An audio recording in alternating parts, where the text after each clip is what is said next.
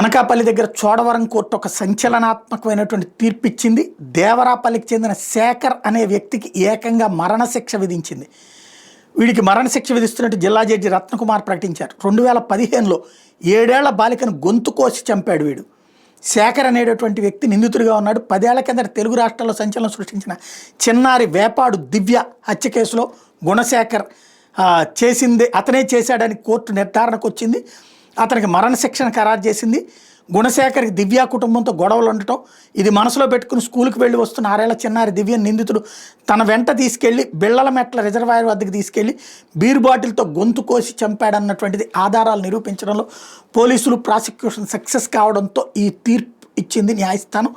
దీంట్లో ఇట్లాంటిది చిన్న పిల్లల పట్ల ఇట్లాంటి దుర్మార్గంగా ప్రవర్తించిన వాళ్ళని వదలకుండా ఉండాలి. ఇలాంటి దుర్మార్గులైనటువంటి వాళ్ళ పట్లన అప్రమత్తంగానూ ఉండాలి.